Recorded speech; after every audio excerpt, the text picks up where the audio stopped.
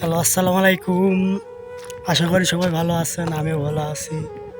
সবাই বলে যে প্রবাস জীবন অনেক সুখের, টাকা কামায়, মাস গেলে লাখ লাখ টাকা ইনকাম করে। সবাই টাকাটাই দেখে কিন্তু কষ্টটা আর দেখে না।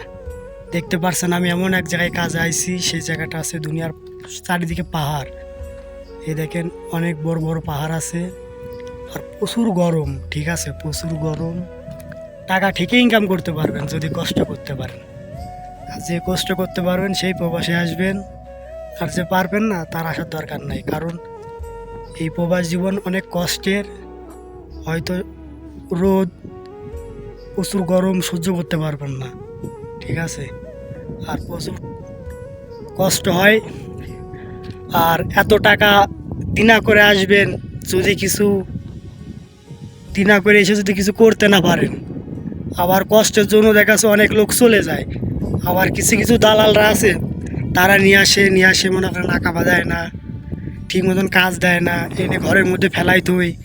যেমন আমারও নিয়ে আইছে, ঠিক আছে, আমারও নিয়ে আইছে, আমার আকামা দেয়নি। আমি আজ প্রায় একটা বছর অবৈধ আছি, আমার আকামা দেয়নি। অনেক কষ্ট করে কাজ করি, পলিয়ে পলিয়ে কাজ করি। এখন কি করব, কিছু করার নাই। অনেক টাকা দিনা করে আইছি, এখন অনেক টাকা দিনা করছি। এখন টাকা তো তোলার দরকার না, এই জন্য অনেক কষ্ট হলেও থেকে যেতে হবে, কিছু করার নাই।